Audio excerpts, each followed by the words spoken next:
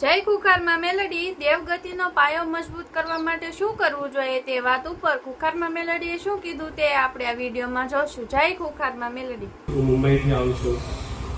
મારી તમે જે કીધું હતું એનાથી ઘણા કામો થવા લાગ્યા છે.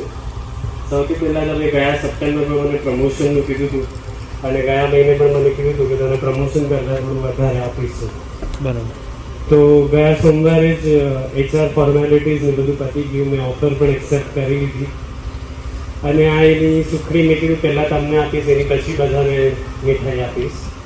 તો મારો પહેલાં સેલરી યરલી પેકેજ આખા વર્ષનો પેકેજ હતો 8,90,000 ને હવે 10,40,000 થયો છે. એટલે મહિનાનો 80,000 રૂપિયા મારો પગાર થયો છે. બરોબર. એટલે કે જે કીધું હતું કે હું તને પ્રમોશન કરતા થોડું વધારે આપીશ એ તમે આપ્યું મને. કેટલો પગાર હતો પહેલા મારો મહિનાનો 60,000 ની આસપાસ હતો. એટલે 8,90,000 હતું વર્ષનું. બરોબર. તો હવે 10 લાખ ક્રોસ કરી આપ્યું મને. 10,40,000 આપ્યા મને અને ઉપર એક બોનસ આપ્યું જે દર જાન્યુઆરીમાં મને મળશે. હવે 2 બોનસ મળશે. એક બોનસની જગ્યા પર મને $750 અલગ જે મળતા હતા એ તો મળશે જ, એની ઉપર હજુ એક મને મળશે બોનસ. બરોબર. પછી મારી હું છે ને ફેબ્રુઆરી મહિનાથી મારા પપ્પાની માટે માનતો હતો કે એ આલ્કોહોલ છોડી દે, કેમ કે એ સવારથી સાંજ સુધી બરોબર રહેતા અને સાંજના 7, 7:30, 8 વાગે એટલે વિફરે અને એમને દારૂ જોઈએ એટલે જોઈએ. તો મેં મેં 3 વાર રાખી, નહીં પૂરી થઈ. મને પટેલ સાહેબે ગાઈડ કર્યું, મને મારા કેતનભાઈએ પણ ગાઈડ કર્યું, નહીં માનતા પૂરી થઈ. અને સાચે કહું મારી સમય 2 વાર એવું થઈ ગયું કે બસ થઈ ગયો, નહીં કરવું.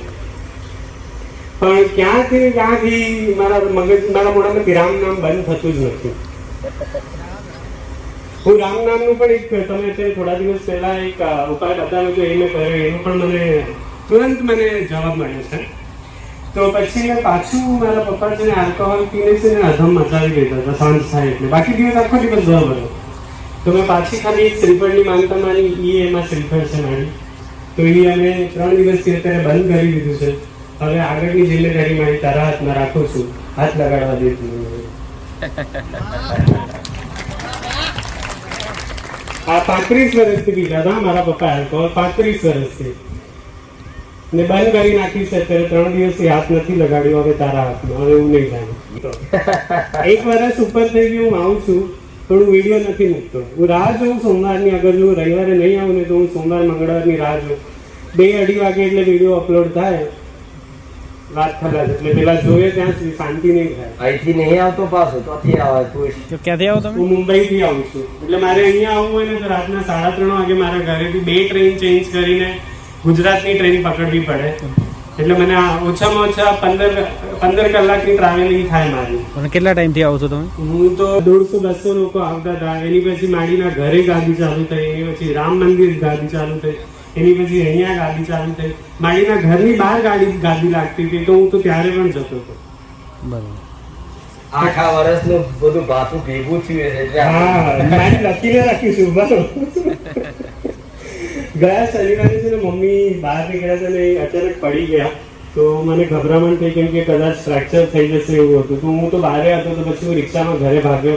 તો રિક્ષામાં બેઠા મેં માનતા માની હતી મારી કે શ્રીફળ ચુંદડી નારિયેળ ચડાવી છીએ છે મારી એમાં કે ફ્રેક્ચર નહીં આવવું જોઈએ. અને ઓલું શું કહેવાય જે કાસ્ટિંગ કરે ને એ નહીં થવું જોઈએ.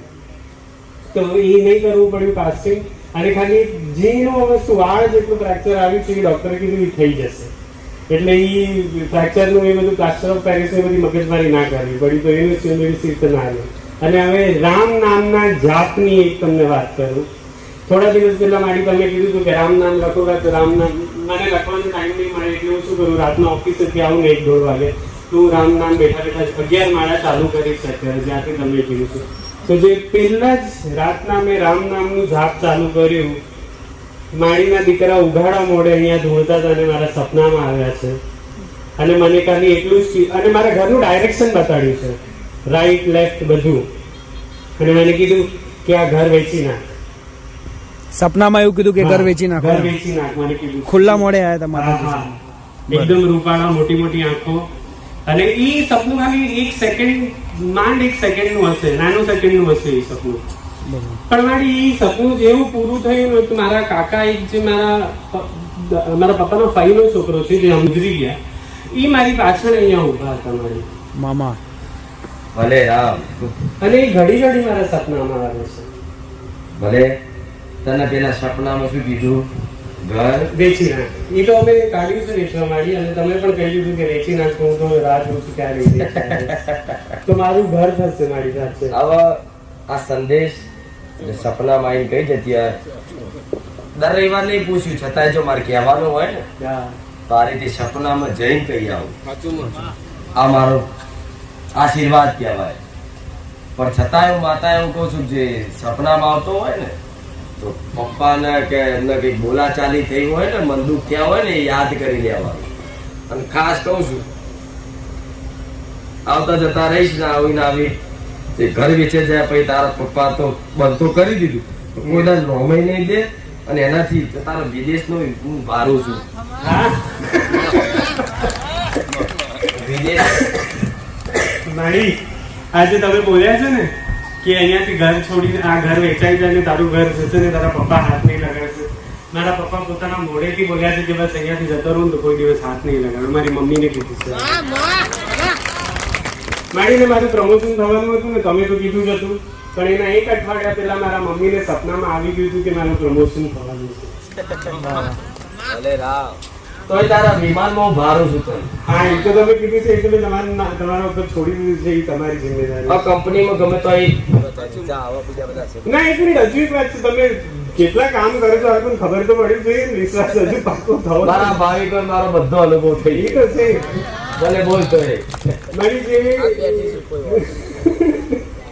મારી જેને મને પ્રમોશનમાં સિલેક્ટ કર્યો ને, મને પછીથી એવી રીતે ખબર પડી કે એ છે ને બહુ સ્ટ્રિક્ટ માણસ છે, તાડફળ જવાબ દેવા વાળો ને એવો છે, અને એને જ મને સિલેક્ટ કર્યો છે. સાચી વાત કહું તો પછી પ્રમોશન બધું થઈ ગયું, એની પછી મને આ બધી વાત ખબર પડી. તો મેં તો તમને જ અરજી કરી કે ભાઈ આ કેવી રીતના જાણશે, કર તું કંઈક. તમે એને બીજા ડિપાર્ટમેન્ટમાં જ મોકલાવી દીધો. અહીંનું પ્રમોશન કરાવી નાખ્યું નાની બીજા ડિપાર્ટમેન્ટમાં જ સીધું. એને રાજી તો રાખવો પડે. તારા લીધે કોકને બિહાર દેવું થાય. મારી બીજી એક મારી અરજી છે પર્સનલી. મારી મુંબઈથી દર રવિવારે આવું જવું છે, થોડું આકરું લાગે છે. ના ના, તો લાડી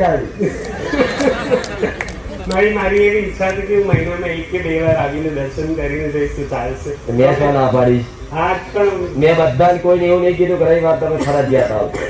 ઘેર બેઠા છો યાદ કરજો ને.